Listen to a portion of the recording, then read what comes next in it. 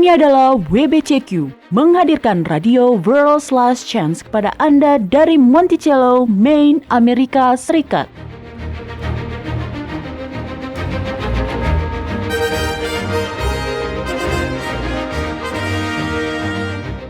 Kejahatan brutal, kerusuhan politik, ketidakstabilan keuangan, semuanya mengarah pada sebuah krisis yang akan datang, krisis yang belum pernah terjadi sebelumnya.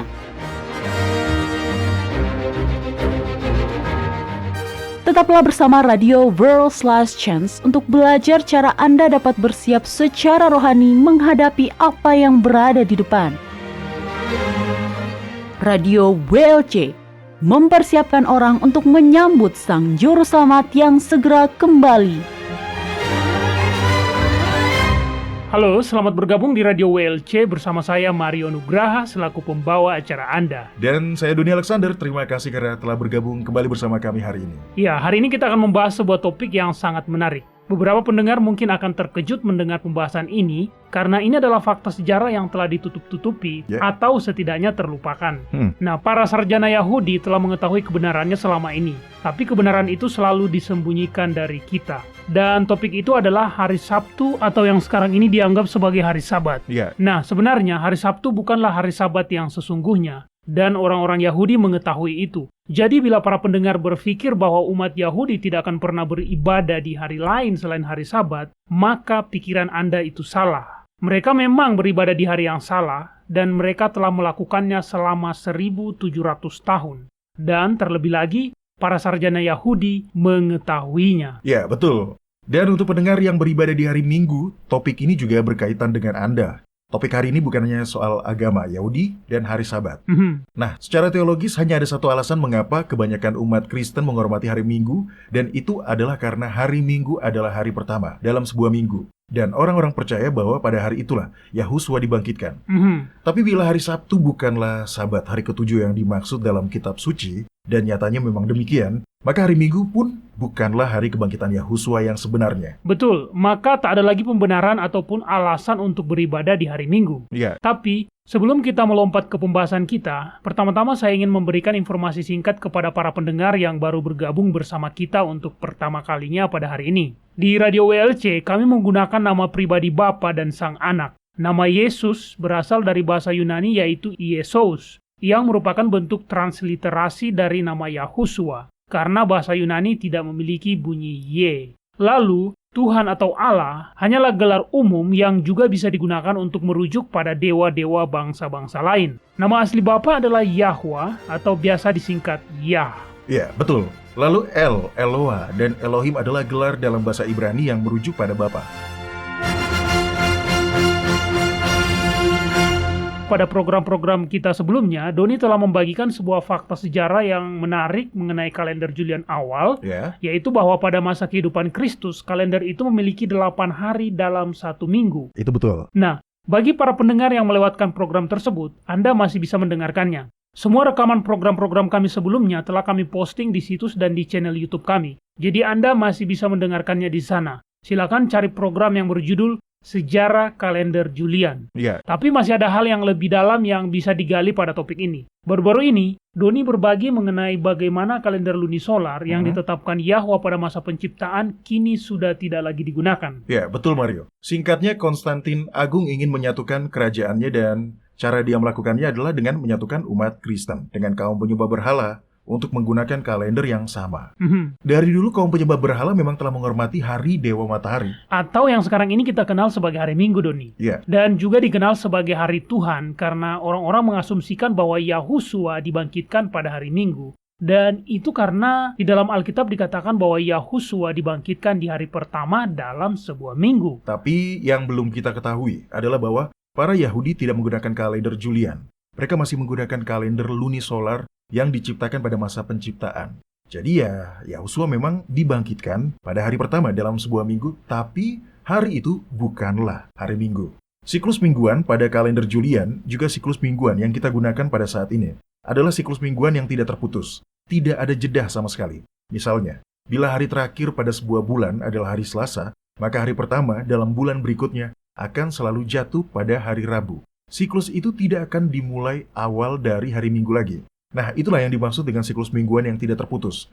Tapi cara kerja kalender Alkitab tidaklah demikian. Di dalam kalender Alkitab, siklus mingguannya akan dimulai baru pada setiap bulan. Betul. Jadi misalnya hari Sabat pada tanggal 29 di sebuah bulan akan langsung dilanjutkan dengan sebuah hari kerja.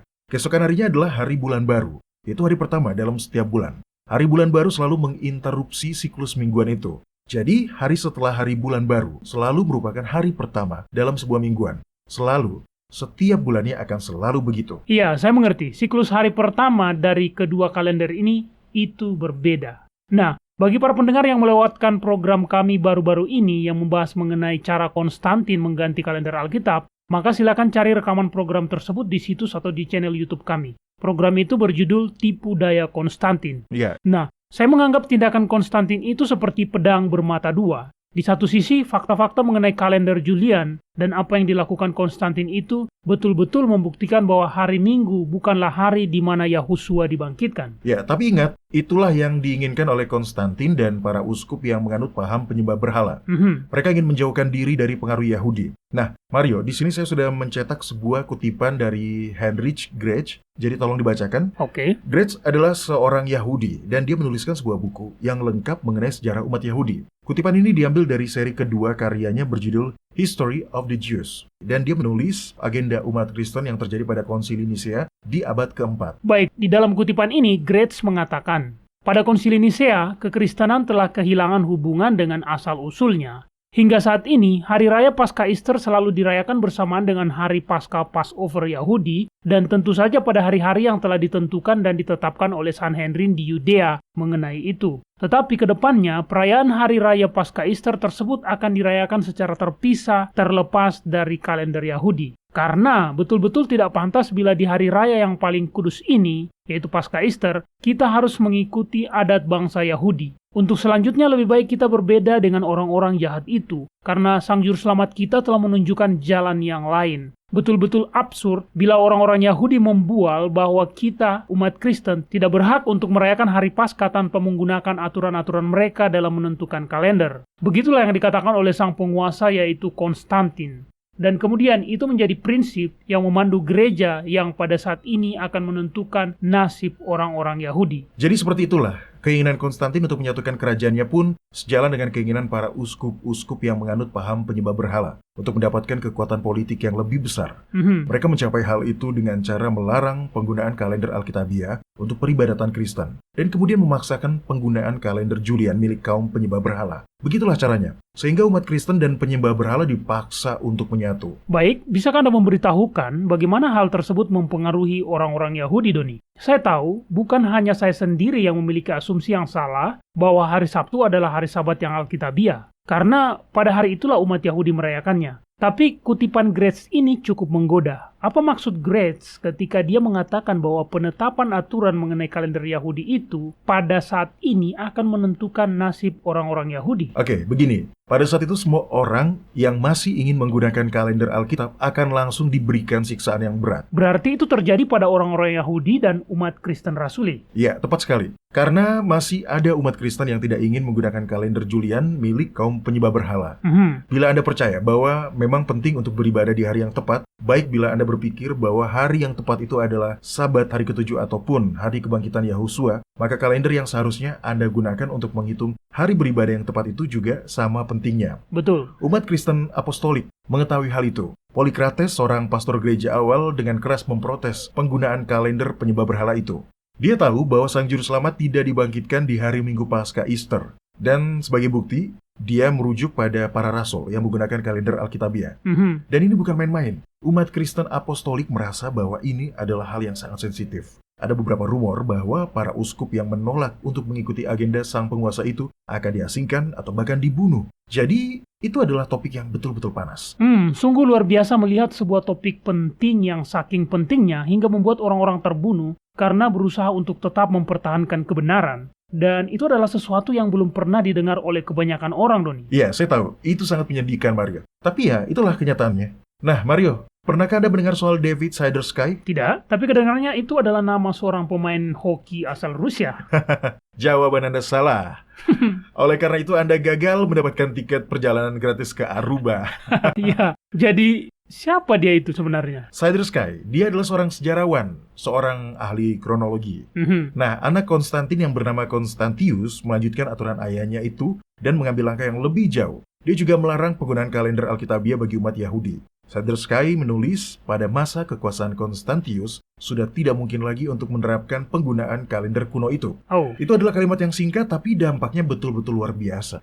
Itu berarti bahwa penganiayaan terhadap orang-orang yang tetap teguh menggunakan penanggalan Alkitab telah mencapai titik di mana tidak ada lagi orang yang berani menggunakannya. Nah, bila seorang sejarawan mengatakan bahwa sudah tidak mungkin lagi untuk menggunakan kalender kuno, maka kita semestinya paham bahwa banyak orang yang telah kehilangan nyawa mereka karena itu. Oh, tentu. Sudah pasti demikian. Nah, saya sudah menyiapkan sebuah kutipan lainnya, jadi mari tolong bacakan. Kutipan ini ditulis oleh Grace Amadon pada tahun 1930-an dan 1940-an. Dia ikut ambil bagian dalam sebuah komite yang menyelidiki penanggalan Alkitabiah. Dia saling bersurat dengan para sarjana Yahudi, para rabi, para ahli kronologi, dan para astronom dari seluruh dunia untuk meneliti bagaimana cara kerja kalender Alkitabiah. Baiklah, tolong bacakan kutipan yang telah saya tandai. Tulisan ini membahas mengenai periode sejarah pada masa konsili Nicea. Baiklah, di dalamnya dikatakan, pada tahun-tahun berikutnya, umat Yahudi melewati masa-masa yang sangat sulit. Penguasa yang beragama Kristen itu melarang penggunaan penanggalan Yahudi dan tidak mengizinkan pengumuman hari-hari raya. Grace mengatakan, komunitas Yahudi betul-betul merasa sangsi mengenai keputusan-keputusan rohani mereka yang penting, yang berkenaan dengan hari-hari raya mereka. Konsekuensi yang datang berikutnya adalah penetapan dan penggunaan penanggalan kalender Ibrani oleh Hillel kedua. Ya, kini kita bisa mendapatkan kalender cetak yang bisa kita gantung di dinding. Kita memiliki aplikasi kalender pada ponsel dan juga komputer kita. Tapi pada zaman itu, mereka tidak memilikinya. Awalnya imam besarlah yang berhak menentukan kapan bulan baru dimulai. Selama Yerusalem dihancurkan, Ketua Dewan Sanhedrin mengambil alih tugas itu. Di masa kuno mereka akan membakar kayu di seluruh wilayah Israel yang berfungsi sebagai sinyal bagi suku-suku lain di luar Yerusalem untuk mengabarkan bahwa imam besar telah menyatakan bahwa bulan baru telah dimulai. Hingga akhirnya pada abad keempat mereka sudah menggunakan pelari dan penunggang kuda untuk membawakan pesan. Selama masa penindasan oleh anak Konstantin itu, yaitu Constantius, kerajaan mengganggu alur informasi itu. Para pembawa pesan yang seharusnya mengabarkan bahwa Dewan Sanhedrin telah menetapkan awal sebuah bulan baru pun ditangkap dan juga terkadang dibunuh. Ya, suku-suku lain yang berada di luar Yerusalem itu tidak akan mengetahui hari peribadatan yang telah ditentukan itu bila mereka tidak bisa mendapatkan informasi yang akurat, Doni. Suku-suku yang tersebar di luar Yerusalem itu betul-betul dibuat kebingungan. Kalender lunisolar itu sangat sederhana dan tidak bertele-tele. Mengapa komunitas-komunitas lokal itu tidak memutuskan sendiri kapan bulan baru itu dimulai? Ya, saya tidak tahu mengapa ya, Mario. Mungkin karena tradisi. Tradisi adalah kekuatan yang hebat. Mereka telah mengikuti pengumuman dari Dewan Sanhedrin itu sejak masa ketika Yerusalem dihancurkan. Ingat, sebelum Yerusalem dihancurkan, ketika imam besar masih bertanggung jawab atas penetapan kalender, orang-orang Yahudi yang tersebar itu akan berangkat ke Yerusalem untuk merayakan hari-hari raya tahunan. Iya, saya bisa memahami itu. Menunjuk satu orang untuk bertanggung jawab atas kalender akan memastikan bahwa kalender-kalender mereka tetap sesuai dan agar tidak seorang pun harus melakukan perjalanan ke Yerusalem untuk merayakan hari raya hanya untuk mendapati bahwa orang-orang di Yerusalem merayakan hari raya itu di hari yang berbeda. Ya, itulah yang dimaksud Grace ketika dia mengatakan, komunitas orang-orang Yahudi betul-betul merasa sangsi mengenai keputusan-keputusan rohani mereka yang penting, ya, yang berkenaan dengan hari-hari raya mereka. Tindakan Constantius dalam melarang penghitungan kalender Alkitabiah itu juga memberikan dampak bagi umat Kristen Apostolik. Iya, saya yakin begitu. Dari tertulian, kita bisa mengetahui bahwa kebanyakan umat Kristen pada abad kedua sudah mengubah hari peribadatan mereka ke hari matahari atau hari yang kita kenal dengan nama hari Minggu. Tapi beberapa orang masih tetap teguh untuk merayakan hari Sabat yang sebenarnya selama 1000 tahun. Pada saat itu tidak ada asumsi bahwa hukum Yahwa telah dipakukan di atas salib. Ajaran salah itu baru muncul beberapa lama setelah masa tersebut. Nah, salah satu cara kita bisa mengetahui apakah seorang Kristen pada saat itu masih tetap beriman untuk beribadah di hari Sabat yang Alkitabiah adalah dengan melihat beragam keputusan yang diterbitkan oleh dewan-dewan gereja awal. Contohnya, hampir 40 tahun setelah konsili Nicea di konsili Laodikia. Tunggu dulu. Kapan itu diadakan? Pada tahun 363 hingga 364 Masehi. Itu setelah konsili Nicea. Ya, di konsili Laodikia, mereka mengeluarkan pernyataan yang menuntut orang-orang Kristen untuk tetap bekerja pada hari Sabat dan libur pada hari Tuhan. Pernyataan tersebut berisi, umat Kristen tidak boleh mencontoh orang-orang Yahudi dan bersantai di hari Sabtu. akan tetapi mereka harus bekerja pada hari itu. Namun pada hari Tuhan yang secara khusus seharusnya mereka hormati sebagai orang Kristen, maka adalah keharusan, bila memungkinkan, agar mereka tidak melakukan pekerjaan pada hari itu. Namun bila orang-orang itu terbukti mengikuti orang-orang Yahudi, maka mereka harus diusir dari kekristenan. Tunggu dulu, di sini dikatakan hari Sabtu atau hari Saturnus. Iya, betul. Dan saya ingin menjelaskan hal itu, Mario. Begini, Karl Joseph von Havel adalah seorang uskup Katolik. Dia juga seorang sarjana Yahudi di abad ke-19. Menurutnya, dan di dalam penelitiannya, dia memiliki akses pada dokumen-dokumen asli yang disimpan di dalam arsip Vatikan. Faktanya, di tahun 1895 dan tahun 1896, dia mempublikasikan 2 seri buku yang berjudul A History of the Councils of the Church from the Original Documents. Itu menarik, jadi seharusnya dia betul-betul tahu apa yang dicantumkan di dalam bukunya itu, Doni. Ya, dan menurutnya kata yang digunakan adalah Sabat atau Sabato, bukan Dies Saturni atau Hari Dewa Saturnus. Wah, betulkah itu? Oke, tunggu dulu, Doni. Tahan dulu penjelasan Anda. Ya. Kita akan melanjutkan pembahasan ini setelah rehat sejenak. Baiklah para pendengar sekalian, kita akan rehat sejenak. Jadi jangan kemana-mana, kami segera kembali.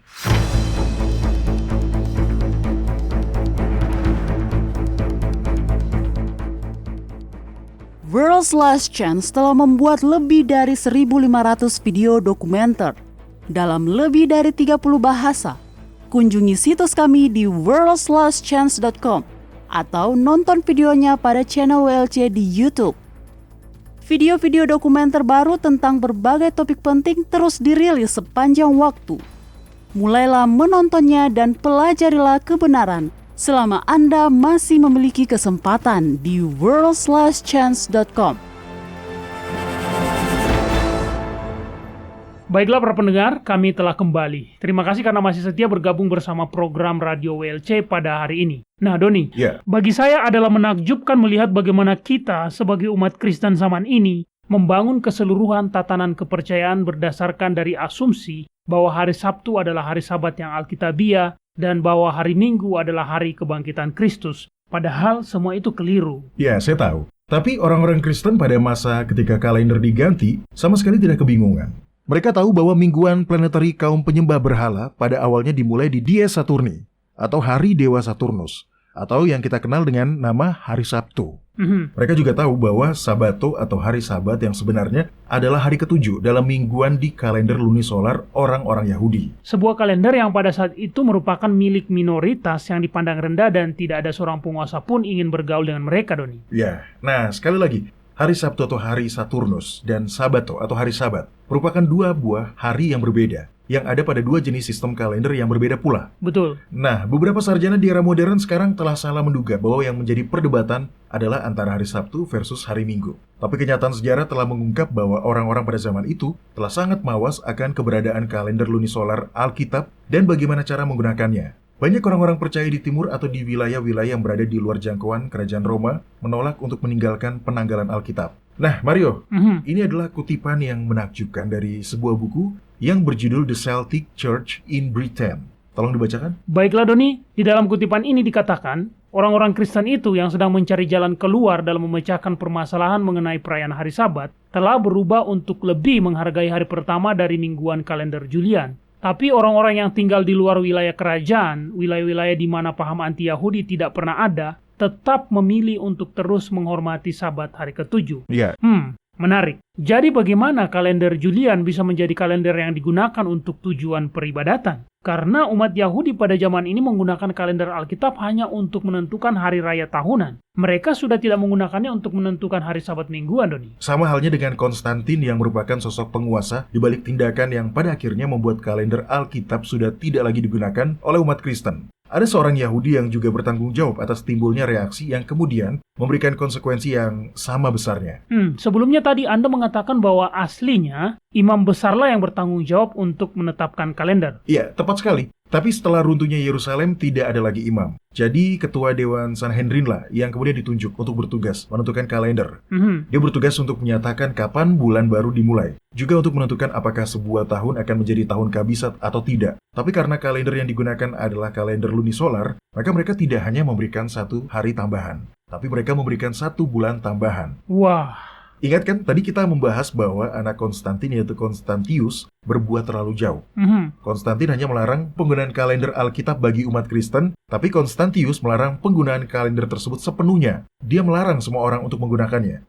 Di sini saya sudah menyiapkan kutipan artikel dari Jewish Encyclopedia. Artikel ini membahas mengenai sejarah kalender. Nah, Mario, tolong dibacakan. Baiklah Doni, di dalam artikel ini dikatakan, di bawah kekuasaan Konstantius, penganiayaan terhadap orang-orang Yahudi mencapai level di mana perhitungan kalender pada saat itu dilarang dan orang-orang yang melanggarnya akan diberi hukuman yang sangat berat. Itu adalah hal yang menyebabkan mengapa umat Yahudi beribadah di hari Dewa Saturnus atau hari Sabtu. Oke. Untuk merespons situasi itulah, Hillel kedua yang merupakan ketua Dewan Sanhedrin mengambil langkah yang luar biasa pada tahun 359 Masehi untuk memodifikasi kalender kuno Alkitab agar orang-orang Yahudi bisa lebih mudah berbaur dengan orang-orang Kristen. Baiklah, bisakah Anda menjelaskan perubahan apa yang dilakukannya itu, Doni? Baiklah Mario, pertama-tama saya akan menjelaskan apa yang dilakukannya terhadap kalender Alkitab. Lalu kemudian kita akan melihat bagaimana dia bisa mengadopsinya ke dalam kalender Julian. Oke. Pertama-tama Hillel menggabungkan tahun-tahun kabisat menjadi sebuah hal yang permanen.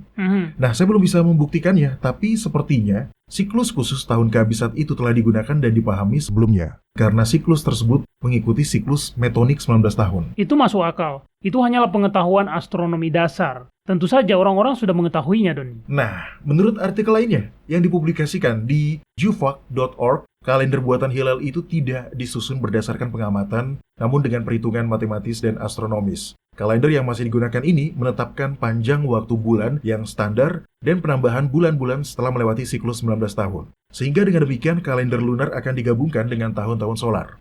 Nah, banyak orang yang beranggapan bahwa hanya itulah yang dilakukan oleh Hillel. Tapi sebenarnya dia melakukan lebih dari itu. Dari dalam Alkitab kita tahu bahwa Sabat hari ke-7 dalam kalender Alkitab selalu jatuh pada hari ke-8, ke-15, ke-22, dan ke-29 di dalam siklus bulanan lunar, ya kan? Betul. Dan juga sudah jelas bahwa umat Yahudi pada zaman ini beribadah di hari Sabtu. Mereka sudah tidak lagi beribadah di hari Sabat yang Alkitabiah. Jadi, apakah Anda mengatakan bahwa Hillel lah yang menyebabkan orang-orang Yahudi beribadah di hari ke-7 dalam mingguan kaum penyembah berhala? Dan bukan pada hari ke-7 di dalam mingguan kalender Alkitab, Doni? Ya, itu yang saya maksud. Sederhananya, Hillel mengizinkan umat Yahudi untuk merayakan hari Sabat pada hari ke-7 di kalender Julian dan tetap menggunakan kalender Alkitab untuk menentukan hari-hari raya tahunan. Dan bila hari-hari raya tahunan tersebut bertepatan dengan peribadatan di hari Sabtu dalam kalender Julian, maka aturan penundaan akan diberlakukan. Dengan kata lain, mereka bisa menggunakan kalender penyembah berhala untuk menentukan hari Sabat mingguan dan menggunakan kalender Alkitabiah hanya untuk menentukan hari-hari raya tahunan. Dan itulah yang mereka lakukan hingga pada saat ini. Mereka menggunakan dua kalender yang berbeda. Iya, dan praktek tersebut telah dilakukan sejak abad ke-4. Pantas saja semua orang mengasumsikan bahwa hari beribadah umat Yahudi adalah hari beribadah yang benar dan sesuai dengan hari Sabat yang Alkitabiah. Ada banyak kutipan yang menunjukkan bahwa para sarjana Yahudi sangat mawas akan fakta bahwa hari Sabtu dalam kalender modern ini bukanlah hari Sabat yang Alkitabiah. Misalnya, kutipan yang diambil dari sebuah artikel terbitan Universal Jewish Encyclopedia edisi awal abad ke-20 yang berjudul Holidays. Nah, Mario, tolong bacakan. Baiklah, di dalamnya dikatakan, bulan baru itu masih ada dan hari Sabat yang sebenarnya masih bergantung pada siklus bulan. Pada awalnya, hari bulan baru dirayakan dengan cara yang sama dengan hari Sabat. Namun kemudian secara perlahan, hari bulan baru menjadi kurang penting lagi, sementara hari Sabat semakin menjadi hari-hari keagamaan dan kemanusiaan semata untuk mendapatkan arahan-arahan dan meditasi rohani, untuk kedamaian dan kesenangan jiwa. Artikel itu ditulis oleh orang Yahudi. Nah, kita tahu bahwa selama zaman Alkitab, hari Sabat dihitung dengan menggunakan kalender lunisolar yang telah ditetapkan pada masa penciptaan. Betul. Kita juga menemukan ukiran pada makam orang-orang Kristen yang menggunakan penanggalan ganda, yang menggunakan penanggalan kalender Julian maupun penanggalan kalender lunisolar. Kita juga tahu bahwa di pertengahan abad ke-4, Konstantius melarang penggunaan kalender Alkitab. Dan akhirnya, kita tahu bahwa umat Yahudi pada zaman ini beribadah di hari Sabtu. Jadi, masuk akal bila kita menyimpulkan bahwa Hillel lah yang menyebabkan umat Yahudi pada zaman ini tidak lagi beribadah di hari Sabat ke-7 yang asli. Saya percaya begitulah yang bisa dibuktikan dari bukti-bukti yang ada. Alasan lainnya yang bisa membuktikan hal tersebut adalah bahwa Hillel kedua adalah orang yang memperkenalkan aturan yang disebut aturan penundaan. Iya, tadi Anda menyebutkan hal itu. Aturan apa itu, Doni? Pada dasarnya mereka mengatakan bahwa tahun baru Yahudi, hari raya Sangkakala, bisa saja tidak jatuh pada hari Minggu, hari Rabu, atau hari Jumat di mingguan Julian atau Gregorian.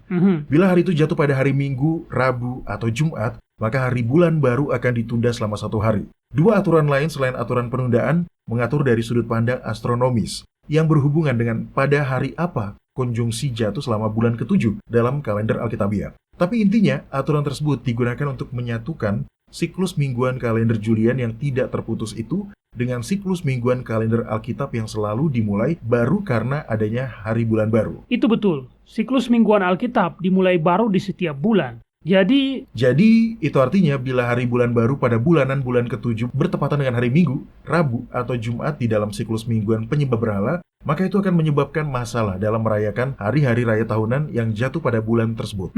Banyak hari-hari raya yang penting yang harus dirayakan pada bulan ke-7 dalam kalender Ibrani. Ada hari trompet di awal bulan. Lalu pada hari ke-10 yang di dalam kalender Alkitab jatuh pada hari kedua dalam sebuah minggu, akan dirayakan hari raya perdamaian. betul. Dan yang terakhir, dari hari Sabat yang satu ke hari Sabat berikutnya, atau pada hari ke-15 hingga ke hari ke-22, adalah hari raya Pondok Daun.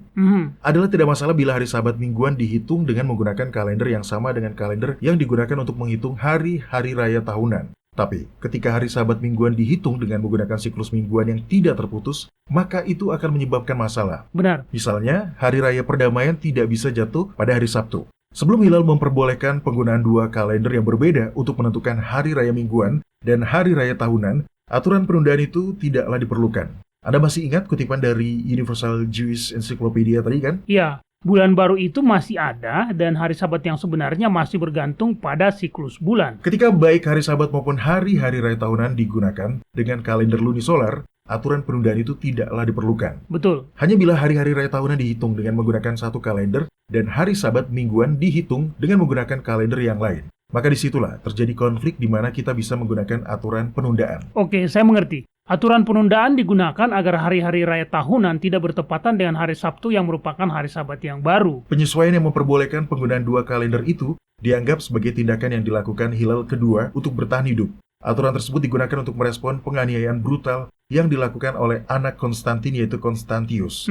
Berikut ini adalah kutipan dari seorang sejarawan Yahudi bernama Heinrich Grech. Dia betul-betul memahami betapa penting dampak dari tindakan Hilal tersebut. Kutipan ini diambil dari halaman 573 dari volume 2 bukunya yang berjudul History of the Jews versi bahasa Inggris. Baiklah, di dalam kutipan ini dikatakan, dengan tangannya sendiri, pemimpin itu memutuskan hubungan yang menyatukan komunitas-komunitas yang tersebar di dalam kerajaan Roma dan Persia dengan kepemimpinan. Dia lebih memikirkan kepastian akan berlanjutnya keberadaan agama Yahudi dibanding martabat keluarganya sendiri, dan karena itulah dia meninggalkan fungsi-fungsi yang telah sangat dicemburui dan dicemasi oleh para leluhurnya. Para anggota Sanhedrin menyetujui inovasi tersebut. Ketika Hilal kedua mengizinkan penggunaan dua kalender tersebut, maka dia, sebagai ketua Dewan Sanhedrin, memberikan izin pada umat Yahudi untuk beribadah di hari Sabtu untuk tahun-tahun berikutnya. Dan luar biasanya, hampir setelah 1700 tahun kemudian, tindakan Konstantin dan reaksi Hilal II itu masih bisa mempengaruhi jutaan orang di seluruh dunia. Buktinya, umat Katolik beribadah di hari Minggu untuk menghormati hari kebangkitan, yang kemudian semakin dihormati ketika Konstantin menetapkan bahwa umat Kristen sudah tidak lagi diperbolehkan untuk merayakan hari Paskah Passover yang dihitung dengan menggunakan kalender lunisolar, dan hanya diizinkan untuk merayakan Paskah Easter yang dihitung dengan menggunakan kalender solar milik kaum penyembah berhala. Kemudian kebanyakan umat Protestan sebagai keturunan rohani paham Katolik juga beribadah di hari Minggu. Dan umat Yahudi beribadah di hari Sabtu.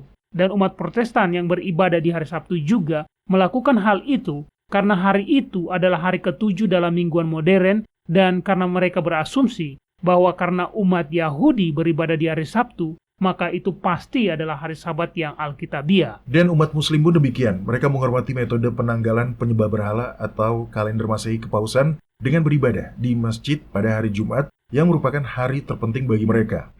Hanya saja tidak mungkin kita bisa mendapatkan Sabat hari ke-7 yang sebenarnya bila kita menggunakan kalender Masehi modern. Karena kalender itu adalah kalender solar yang tidak lebih dari sebuah metode penghitungan waktu kaum penyembah berhala. Betul. Kalender Julian awal diciptakan oleh penyembah berhala untuk digunakan oleh penyembah berhala pula. Kalender tersebut secara resmi diadopsi untuk digunakan dalam urusan gerejawi pada Konsili Nisea. Kalender itu kemudian dimodifikasi oleh seorang astronom bernama Christopher Clavius atas perintah Paus Gregory ke-13. Ya, dari situlah nama kalender itu berasal, yaitu kalender Gregorian, dan di Indonesia kita mengenalnya dengan nama kalender Masehi. Nah, apakah pada saat itu Clavius tahu bahwa kalender itu adalah kalender milik kaum penyembah berhala, Doni? Ya, tentu saja. Para Yesuit adalah orang-orang yang berpendidikan.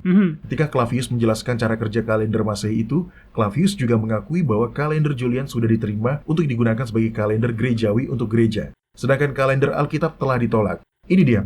Kutipan ini berisi penjelasan Clavius mengenai itu. Mario, tolong dibacakan. Baiklah, dalam kutipan ini Clavius mengatakan, Gereja Katolik tidak pernah melakukan ritual Yahudi itu, yaitu merayakan Paskah Passover. Ya, ingat. Paskah Passover hanya bisa dihitung dengan menggunakan kalender lunisolar Alkitab. Betul. Kita tidak akan bisa menemukan Paskah Passover bila kita menggunakan kalender Masehi. Itu karena kalender tersebut adalah kalender solar atau kalender matahari. Luar biasa. Kalender Gregorian itu memang sepenuhnya merupakan kalender penyembah berhala, kan? Iya. Nah, Konstantin ingin menyatukan kerajaannya dan dia berhasil melakukannya dengan cara menyatukan kedua agama dan melarang penggunaan kalender Alkitab untuk merayakan hari kematian Yahusua. Hillel kedua ingin memastikan agar agama Yahudi tetap bertahan dan terus ada. Dan dia berhasil mencapai tujuan pribadinya itu dengan cara berkompromi dengan paham penyembah berhala dan memodifikasi kalender Alkitab. Hasil dari tindakan Konstantin dan reaksi Hillel itu adalah terciptanya asumsi bahwa hari Sabtu adalah hari Sabat yang Alkitabiah. Dan hari Minggu adalah hari ketika Yahusua dibangkitkan. Jadi, baik umat Kristen maupun Yahudi telah menentukan hari peribadatan mereka dengan menggunakan kalender solar kaum penyembah berhala dan tidak lagi merayakan hari Sabat Yahwa yang sebenarnya. Iya. Saya tahu banyak orang yang melakukan itu karena mereka tidak tahu, tapi tetap saja itu membuat saya merasa sedih dan penggunaan kalender matahari penyembah berhala untuk menghitung hari-hari peribadatan yang bertujuan untuk menghormati Yahwa adalah hal yang justru tidak menghormatinya. Ini sungguh sebuah hinaan yang besar. Baiklah para pendengar sekalian, kita akan rehat sejenak. Dan ketika kami kembali nanti, kita akan memasuki segmen kotak surat harian kita, di mana kami akan menjawab pertanyaan-pertanyaan yang telah dikirimkan oleh para pendengar Radio WLC di seluruh dunia. Jadi, jangan kemana-mana, kami segera kembali.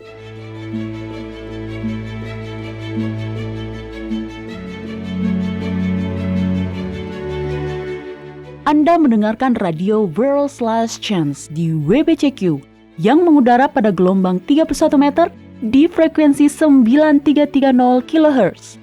Radio World's Last Chance mempersiapkan orang untuk menyambut Sang Juru Selamat yang segera kembali.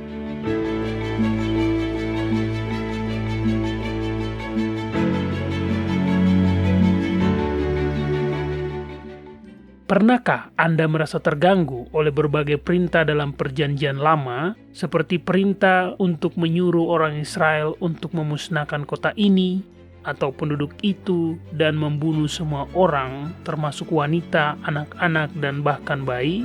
Tampaknya itu tidak konsisten dengan karakter kasih Sang Pencipta, bukan? Tapi ada alasan untuk itu. Nah, cari tahu apa itu. Kunjungi situs web kami di www.worldslastchance.com.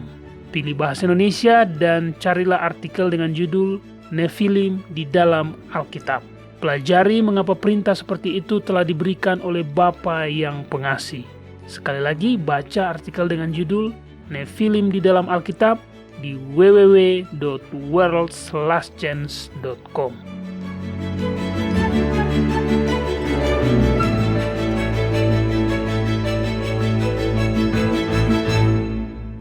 World's Last Chance berdedikasi untuk mempersiapkan orang menyambut Sang Juru Selamat yang segera kembali. Acara siaran radio harian kami tersedia dalam 7 bahasa berbeda dari seluruh dunia dan masih banyak bahasa-bahasa lain lagi yang akan mengudara. Video-video dan artikel-artikel kami telah diterjemahkan ke dalam lebih dari 30 bahasa berbeda. Dan kami tidak hanya fokus pada salah satu poin pengajaran. Kami bersedia untuk bekerja sama dengan surga untuk membawa semua kebenaran ke dunia. Artikel-artikel dan video-video kami mencakup berbagai topik-topik penting pada pertumbuhan dan pembangunan dari perjalanan kekristenan. Kami menghadirkan materi yang mencakup kesalehan praktis di dalam kehidupan sehari-hari, doktrin Alkitabiah yang benar-benar hanya didasarkan pada firman Yahwa, kalender Sang Pencipta, dan nubuatan akhir zaman yang penting untuk Anda ketahui. Kami bahkan membahas berbagai macam angin pengajaran yang palsu yang telah digunakan oleh setan untuk menipu banyak orang, dan mengungkapkan mengapa itu salah dan apa yang benar berdasarkan Alkitab. Kunjungilah kami hari ini di worldslastchance.com. Pelajarilah kebenaran di hari-hari terakhir ini.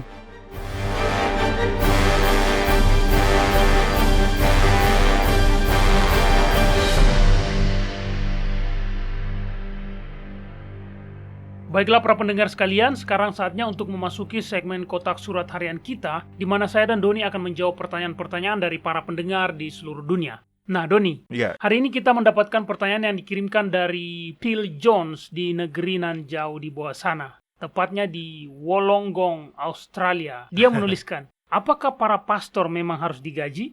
Oke, baiklah. Phil, bila Anda selama ini selalu mendengarkan Radio WLC atau sering mengunjungi situs kami, maka Anda pasti tahu bahwa di Radio WLC kami percaya bahwa Yahwa sedang mengingatkan orang-orang percaya pada zaman ini untuk memisahkan diri dari segala jenis agama dan denominasi yang terorganisir tanpa pengecualian. Betul. Di kebanyakan versi terjemahan Alkitab, dalam kitab Wahyu pasal 18 ayat 4 dikatakan, "Mari keluarlah darinya, hai umatku." Padahal ayat itu bukanlah sebuah ajakan, itu adalah sebuah perintah. Jadi terjemahan yang lebih tepatnya adalah, tinggalkanlah dia, hai umatku. Karena semua gereja telah melakukan hal yang salah, baik menolak terang yang baru, ataupun tetap berpegang pada ajaran lama yang salah, atau keduanya. Iya, betul. Tapi saya tetap menghargai pertanyaan itu. Karena prinsip Alkitab yang bisa menjawab pertanyaan tersebut adalah sebuah prinsip yang juga bisa diterapkan untuk berbagai situasi. Singkatnya ya, saya percaya bahwa bila ada organisasi agama yang secara aktif mengabaikan ajaran salah dan terus mencari terang yang baru, maka para pastor yang ada di dalam organisasi itu harus digaji bila mereka berkomitmen terhadap kebenaran. Baiklah Mario, tolong bacakan kitab 1 Timotius pasal 5 ayat 17 hingga 18. Baiklah, penatua-penatua yang baik pimpinannya patut dihormati 2 kali lipat, terutama mereka yang dengan jerih payah berkhotbah dan mengajar. Bukankah kitab suci berkata, janganlah engkau memberangus mulut lembu yang sedang mengirik, dan lagi seorang pekerja patut mendapat upahnya. Seorang pekerja patut mendapatkan upahnya, atau dengan kata lain, seorang pekerja patut untuk digaji. Di dalam kitab Yeremia pasal 9 ayat 24 dikatakan bahwa Yahwa menyukai keadilan. Prinsip itu sangat penting sampai-sampai Yahwa dalam Taurat yang diberikannya kepada Musa mengatakan bahwa binatang yang digunakan untuk menggiling gandum harus diupah dengan memberinya gandum untuk dimakan. Nah, kalau binatang saja harus diupah seperti itu, apalagi manusia. Prinsip ini harus diterapkan di semua aspek kehidupan. Ya, orang-orang yang bekerja penuh waktu bagi Yahwa pun patut mendapatkan upah. Baik bila mereka itu adalah pastor yang dipekerjakan oleh organisasi atau seorang pekerja Alkitab yang didatangkan untuk membagikan ajaran-ajaran mengenai Alkitab ataupun seorang misionaris. Nah, Mario, tolong bacakan kitab 1 Korintus pasal 9 ayat 1 hingga 14. Itu adalah pernyataan yang kuat yang menyarankan bahwa orang-orang yang bekerja demi Yahwa harus disokong secara finansial. Baiklah, di dalam kitab 1 Korintus pasal 9 ayat 1 hingga 14 dikatakan, bukankah aku rasul? Bukankah aku orang bebas? Bukankah kamu adalah buah pekerjaanku dalam Yahusua? Sekalipun bagi orang lain aku bukanlah rasul, tapi bagi kamu aku adalah rasul. Inilah pembelaanku terhadap mereka yang mengkritik aku. Tidakkah kami mempunyai hak untuk makan dan minum? Tidakkah kami mempunyai hak untuk membawa seorang istri Kristen dalam perjalanan kami, seperti yang dilakukan rasul-rasul lain dan saudara-saudara Yahosua dan Kefas? Atau hanya aku dan Barnabas sajakah yang tidak mempunyai hak untuk dibebaskan dari pekerjaan tangan? Siapakah yang menanami kebun anggur dan tidak memakan buahnya? Atau siapakah yang menggembalakan kambing domba dan yang tidak minum susu domba itu? Bukankah hukum Taurat juga berkata-kata demikian? Sebab dalam hukum Musa ada tertulis, janganlah engkau memberangus mulut lembu yang sedang mengirik. Lembukah yang Eloa perhatikan? Atau kitakah yang ia maksudkan? Ya, untuk kitalah hal ini ditulis, yaitu pembajak harus membajak dalam pengharapan, dan pengirik harus mengirik dalam pengharapan untuk memperoleh bagiannya. Jadi jika kami telah menaburkan benih rohani bagi kamu, berlebih-lebihankah kalau kami menuai hasil duniawi daripada kamu? Kalau orang lain mempunyai hak untuk mengharapkan hal itu daripada kamu, bukankah kami mempunyai hak yang lebih besar? Tetapi kami tidak mempergunakan hak itu. Sebaliknya, kami menanggung segala sesuatu, supaya jangan kami mengadakan rintangan bagi pemberitaan Injil Kristus. Tidak tahukah kamu bahwa mereka yang melayani dalam tempat kudus mendapatkan penghidupannya dari tempat kudus itu, dan bahwa mereka yang melayani mezbah mendapat bahagian mereka dari mezbah itu? Demikian pula Yahwa telah menetapkan bahwa mereka yang memberitakan Injil harus hidup dari pemberitaan Injil itu. Yahwa ingin agar anak-anaknya bahagia. Jadi prinsip ini harus diterapkan dalam artian yang lebih luas ya, yaitu bahwa semua orang yang kita pekerjakan harus diupah sepatutnya dan seadilnya atas pekerjaan mereka. Kita tidak menghormati Yahwa bila kita mengupah orang-orang yang kita pekerjakan dengan upah yang serendah mungkin, hanya karena kita tahu bahwa mereka tidak punya pilihan lain. Iya, dan tentunya semua orang yang bekerja demi Yahwa dalam hal apapun harus disokong sebisa mungkin. Saya ingin melihat ini dari sudut pandang yang berbeda. Jadi, kitab suci dengan jelas telah mengatakan bahwa seorang pekerja harus diberi upah yang adil. Tapi bagaimana kita bisa menyokong orang-orang yang telah meninggalkan gereja-gereja yang telah tersesat? Nah, Doni, kita bukanlah anggota organisasi di mana kita akan memberikan persepuluhan atau persembahan-persembahan. Jadi bagaimana? Memberi kepada Yahwa adalah salah satu hal yang paling bermanfaat dan menyenangkan yang bisa kita lakukan untuk menunjukkan kasih kita kepadanya. Ketika kita melakukan pengorbanan untuk menolong orang-orang yang membutuhkan, Yahwa akan memperhatikannya dan Dia akan memastikan bahwa perbuatan baik kita itu akan dibalasnya. Mungkin balasannya itu bukan berupa uang, tapi Yahwa akan memastikan bahwa kita akan mendapatkan upah bila kita membantu orang lain. Betul, di dalam kitab Amsal pasal 19 ayat 17 pun dikatakan hal yang sama. Saya selalu menyukai ayat ini. Di dalamnya dikatakan, siapa menaruh belas kasihan kepada orang yang lemah, memiutangi Yahwa, yang akan membalas perbuatannya itu. Kita tidak bisa memberi Yahwa lebih banyak daripada yang Dia berikan kepada kita. Karena Dia akan selalu memberi lebih banyak. Betul. Ayat lainnya yang sama hebatnya adalah kitab Matius, pasal 25 ayat 40. Apakah Anda mengetahui isinya, Mario? Oh ya, itu adalah ayat yang lebih baik. Di dalamnya dikatakan, sesungguhnya segala sesuatu yang kamu lakukan untuk salah seorang dari saudaraku yang paling hina ini, kamu telah melakukannya untuk aku. Arti dari ayat tersebut adalah bagaimana cara kita memperlakukan orang lain. Maka begitu pula kita memperlakukan Yahwa. Kita tidak perlu menjadi anggota sebuah organisasi untuk bisa memberi kepada Yahwa. Mungkin ada seorang ibu muda yang kesulitan untuk memberi makan anak-anaknya. Maka Anda bisa memberi kepada Yahwa dengan cara membagi apa yang Anda miliki. Atau bahkan menggunakan beberapa dari persembahan Anda itu untuk membantu memberi makanan dan pakaian kepada anak-anaknya. Mungkin seorang kenalan Anda tidak mampu membayar biaya pengobatannya dan Anda bisa membantunya. Intinya, apa yang kita lakukan untuk memberkati orang lain sama saja artinya bila kita melakukan itu kepada Yahwa, karena Dia merasakan apa yang kita rasakan. Jadi bila kita bisa meringankan penderitaan atau kecemasan orang-orang di sekitar kita, maka orang-orang di sekeliling kita akan bahagia dan tentunya Yahwa sendiri juga akan merasa lebih bahagia. Iya, ada banyak hal yang bisa kita lakukan untuk membantu orang lain selain dalam hal finansial. Misalnya di wilayah utara di mana iklim membuat wilayah tersebut dipenuhi salju. Membersihkan salju dari jalanan adalah hal yang sangat sulit bagi orang-orang tua. Oleh karena itu, kita bisa membantu dengan melakukan pekerjaan tersebut untuk menolong mereka. Betul. Jadi intinya adalah Yahuswa menjalani hidup untuk memberkati orang lain. Bila kita ingin menjadi seperti Dia, maka kita juga harus melakukan itu. Memperlakukan orang lain sesuai dengan cara yang kita inginkan orang-orang memperlakukan kita. Adalah hal yang lebih dari sekedar sopan. Nah, itu berarti bahwa bila mata pencarian seseorang bergantung pada kita, maka kita harus mengupahnya dengan adil. Bila kita melihat seseorang dengan tanpa pamrih memberikan waktu mereka untuk membagikan kebenaran, maka kita harus melakukan apapun yang kita bisa untuk menyokong mereka. Baik itu secara finansial, spiritual, atau apapun. Iya, itulah prinsipnya. Memperlakukan orang lain sebagaimana kita ingin diperlakukan oleh orang lain dan mengakui bahwa orang yang kita pekerjakan memang layak untuk diupah dengan adil dalam kondisi apapun. Baiklah para pendengar sekalian, sekian waktu kita untuk segmen kotak surat harian kita pada hari ini. Tapi jangan lupa untuk terus mengirimkan pertanyaan-pertanyaan dan komentar-komentar Anda. Kunjungi situs kami di worldslastchance.com, pilih bahasa Indonesia dan klik hubungi kami. Nah, jika kami tidak sempat untuk menjawab pertanyaan Anda secara langsung melalui siaran radio ini, maka silakan melihat bagian tanya jawab di situs kami.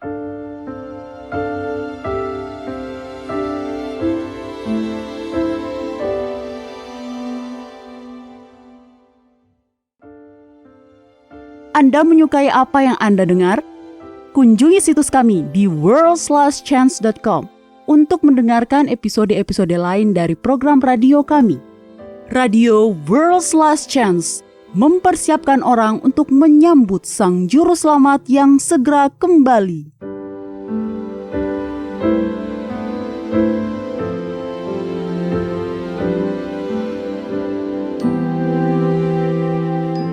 Halo, ini adalah janji harian Anda dari firman Yahwa. Pada tanggal 27 Juni 1880, seorang gadis kecil lahir di Tuscumbia, Alabama, di Amerika Serikat. Dalam sepanjang perjalanan hidupnya, tidak banyak yang bisa dikenang selain dari sesuatu yang terjadi ketika dia baru berusia 1,5 tahun. Hari ini, tidak ada yang mengetahui dengan pasti apa yang diidap oleh anak ini. Beberapa orang mengatakan itu adalah demam berdarah, yang lain mengatakan meningitis. Tetapi akibatnya adalah gadis kecil tersebut kehilangan penglihatan dan pendengarannya. Dia juga kehilangan sebagian besar indera perasanya. Cacat semacam itu akan sangat menghancurkan bagi siapapun. Tetapi Helen Keller tidak membiarkan kondisi ini membatasinya. Dia belajar bahasa isyarat dan bahkan kemudian belajar berbicara. Dia lulus dari Radcliffe College, sebuah cabang Universitas Harvard khusus perempuan yang setara dengan sekolah khusus pria sebelumnya. Dia adalah seorang penyandang tunarungu dan tunanetra pertama yang mendapatkan gelar Bachelor of Art. Dia melakukan perjalanan ke lebih dari 40 negara dan sering memberikan pidato di depan umum. Sebuah publikasi kontemporer pada masa itu mengomentari salah satu pidatonya dengan berkata, "Sebuah pesan optimisme, harapan, sukacita, dan pelayanan penuh kasih. Sebuah pesan yang akan bertahan lama bagi mereka yang cukup beruntung untuk menerimanya." Gadis luar biasa yang dengan cemerlang telah menang atas 3 penderitaan, kebutaan, kebodohan, dan ketulian. Dia berbicara dengan bibirnya sendiri mengenai kebahagiaan, dan itu akan selalu dikenang oleh para pendengarnya sebagai bagian dari sebuah pengajaran yang menginspirasi. Meskipun dia menghadapi kesulitan yang luar biasa dalam hidupnya, Helen Keller tidak pernah menyerah dan dikenang sebagai aktivis politik yang bekerja keras untuk membela hak-hak perempuan dan orang cacat. Para pendengar, Anda mungkin tidak menghadapi kesulitan fisik yang dihadapi Helen Keller, tetapi kesulitan dalam hidup Anda mungkin terasa sama luar biasanya, sama menakutkannya, dan sama-sama sulit diatasi seperti persoalan hidup yang dihadapi Helen Keller. Para pendengar, disinilah iman masuk. Dalam jurnal pemuritannya, Jean Pierre de Caussat menulis, "Hidup dengan iman berarti hidup dengan sukacita, hidup dengan kepastian dan tidak terganggu oleh keraguan. Itu berarti bertindak dengan keyakinan penuh pada semua yang harus kita lakukan, sambil berserah setiap saat kepada kehendak Yahwa." Kita harus menyadari bahwa demi menstimulasi dan memperkokoh iman, Yahwa mengizinkan jiwa kita diserang dan dilanda dengan derasnya arus kesusahan, dengan begitu banyak masalah, begitu banyak rasa malu dan kelemahan, dan begitu banyak kemunduran. Karena adalah sangat penting untuk tetap beriman mencari Yahwa pada saat menghadapi semua hal-hal ini. Para pendengar, apapun kesulitan yang Anda hadapi, hambatan apapun yang menghadang di jalan Anda, ada cara untuk mengatasinya. Dan itu adalah melalui iman kepada Yahwa.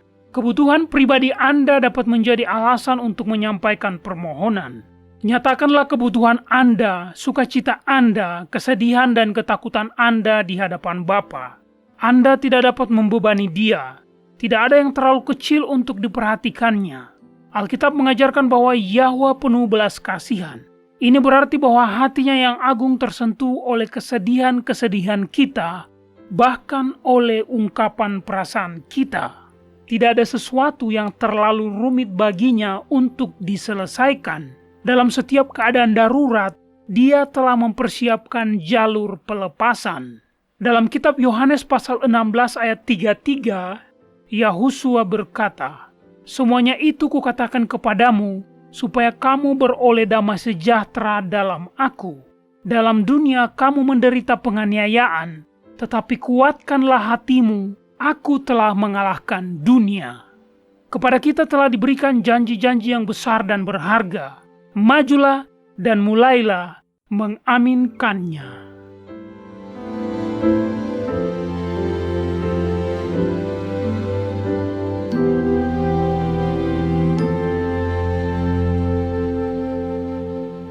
Banyak orang dewasa berharap mereka memiliki kesempatan untuk belajar agama selagi berada di universitas. Jika Anda berada di posisi yang sama, saat ini belum terlambat. Di worldslastchance.com, kami memiliki ratusan artikel dan video tentang berbagai topik agama dan rohani yang terus ditambahkan setiap saat. Ada artikel yang memberikan nasihat tentang bagaimana menikmati kehidupan Kristen yang berkemenangan. Artikel-artikel lain menyelidiki secara mendalam bagian-bagian Alkitab yang salah dimengerti dan menjelaskan apa arti bagian itu dalam bahasa Ibrani yang asli. Kami juga menyajikan banyak artikel dan video tentang nubuatan. Paulus memberitahu Timotius, segala tulisan yang diilhamkan Yahwa memang bermanfaat untuk mengajar, untuk menyatakan kesalahan, untuk memperbaiki kelakuan, dan untuk mendidik orang dalam kebenaran. Dengan demikian, tiap-tiap manusia kepunyaan Yahwa menjadi sempurna dan diperlengkapi sepenuhnya untuk setiap perbuatan baik. Jika Anda membaca dengan seksama materi di situs kami, Anda akan memiliki landasan yang menyeluruh bukan hanya pada kebenaran doktrinal, tetapi Anda juga akan mempelajari rahasia-rahasia cara berdoa yang efektif dan cara belajar Alkitab sehingga Anda dapat menemukan kebenaran untuk diri Anda sendiri. Kunjungi situs web kami di worldslastchance.com. Tidak ada kata terlambat untuk memulai. worldslastchance.com mempersiapkan orang untuk menyambut Sang Juru Selamat yang segera kembali.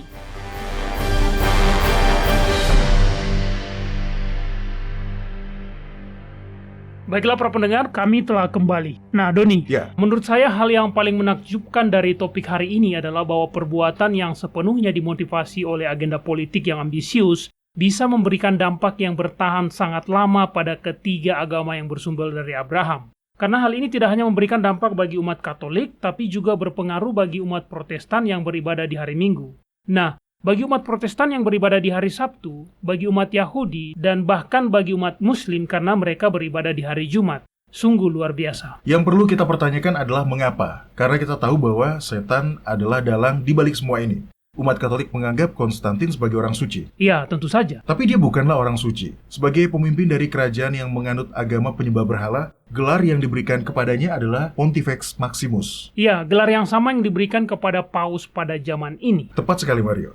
Ya, gelar yang sama. Dan dia memegang posisi dan gelar itu hingga dia meninggal. Dia adalah orang yang amat sangat rusak. Dia bahkan membunuh anaknya sendiri. Jadi bagaimana bisa seseorang yang sangat rusak seperti itu memiliki dampak yang sangat besar bagi ketiga agama monoteistik dunia yang bersumber dari Abraham? Kedengarannya seakan setan memanfaatkannya, Doni. Ya, tepat sekali, Mario. Itu adalah langkah rumit yang dilakukan oleh setan. Pertama-tama, dia menetapkan siklus mingguan 7 hari yang palsu. Mingguan 7 hari dengan siklus yang tidak terputus itu tidak sesuai dengan siklus mingguan yang ada di dalam kitab suci. Lalu, dia tidak hanya melarang penggunaan kalender Alkitab bagi umat Kristen maupun Yahudi, tapi dia juga melakukannya dalam periode waktu yang sangat lama, sehingga orang-orang tidak akan mengetahui bahwa kalender telah diubah. Seberapa banyak umat Kristen pada hari ini yang tahu bahwa semua itu terjadi pada Konsili Nisia? Ya, sepertinya tidak banyak yang tahu. Sebelum saya mempelajarinya, yang saya tahu mengenai Konsili Nisia hanyalah Credo Nisia. Itu saja. Saya sama sekali tidak tahu bahwa di dalamnya terdapat pembicaraan mengenai penggunaan kalender yang berbeda, Don. Itulah agenda setan selama ini. Dia telah mengubur dalam-dalam kebenaran mengenai kalender Alkitab,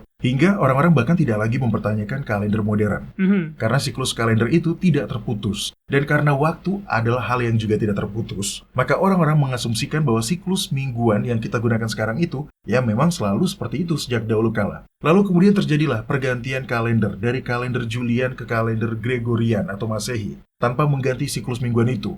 Maka apa yang terjadi? Yang terjadi adalah tipuan besar yang mengatakan bahwa hari Sabtu adalah hari Sabat, karena itu jatuh pada hari ke-7 dalam sebuah minggu, dan bahwa hari Minggu adalah hari kebangkitan Yahusua, karena itu adalah hari pertama dalam sebuah minggu, tepat sehari setelah hari yang disalahpahami sebagai hari Sabat yang sebenarnya. Ya, itu adalah sebuah tipu daya yang sangat hebat. Betul, seperti itulah tepatnya, Mario. Apakah Anda pernah memikirkan bagaimana kita bisa tahu dengan pasti bahwa kita sudah dekat dengan hari kiamat? Begini, setelah 1700 tahun kebenaran dikubur, sekarang ini sorga mulai memulihkan dan membagikan kebenaran itu. Dan itu adalah hal yang bagus. Karena seperti yang pernah kita bahas sebelumnya, kitab Wahyu menunjukkan bahwa konflik terakhir adalah konflik dalam hal peribadatan. Betul. Nah, Mario, kalau bisa tolong buka dan bacakan kitab Wahyu pasal 13. Tentu saja, di dalam kitab Wahyu pasal 13 ayat 11 dan 12 dikatakan, "Dan aku melihat seekor binatang lain keluar dari dalam bumi dan bertanduk dua sama seperti anak domba, dan ia berbicara seperti seekor naga. Dan seluruh kuasa binatang yang pertama itu dijalankannya di depan matanya. Dia menyebabkan seluruh bumi dan semua penghuninya menyembah binatang pertama yang luka parahnya telah sembuh." Lalu kemudian di dalam kitab tersebut dikatakan apa yang akan dilakukannya, yaitu menipu seluruh dunia. Lalu dalam ayat 15 kembali dikatakan hal yang berhubungan dengan peribadatan. Di dalamnya dikatakan, dan kepadanya diberikan kuasa untuk memberikan nyawa kepada patung binatang itu, sehingga patung binatang itu berbicara juga dan bertindak begitu rupa, sehingga semua orang yang tidak menyembah patung binatang itu dibunuh. Selama ini memang selalu seperti itu. Di Taman Eden, Adam dan Hawa diberikan pilihan untuk mematuhi Yahwa atau mendengarkan si ular tua itu dan tidak menghormati sang pencipta mereka. Pada akhir hayatnya, Yosua memberikan pilihan yang sama kepada orang-orang dengan berkata, "Pilihlah pada hari ini kepada siapa kamu akan beribadah." Lagi dan lagi, orang-orang Israel lagi-lagi terjerumus ke dalam kemurtadan.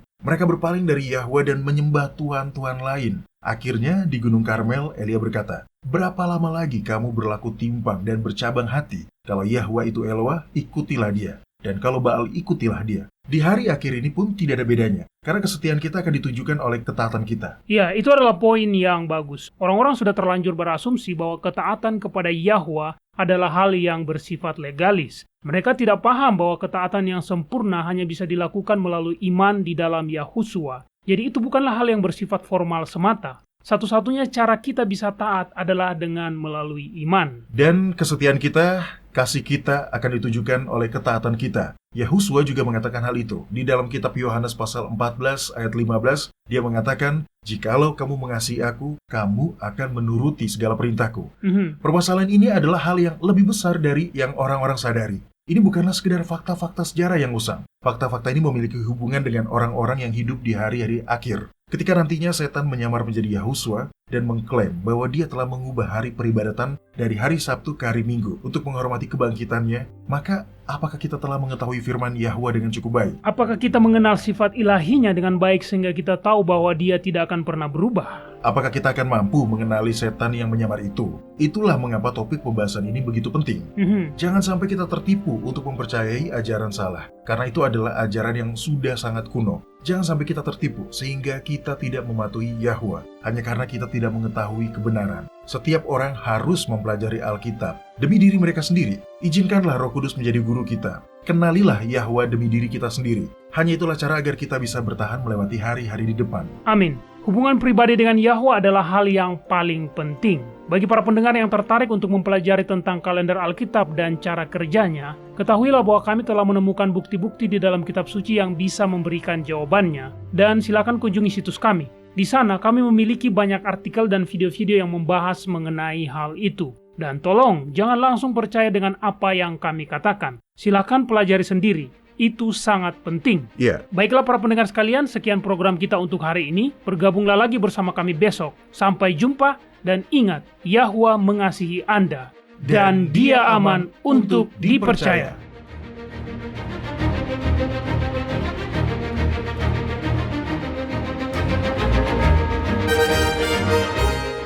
Anda baru saja mendengarkan Radio WLC.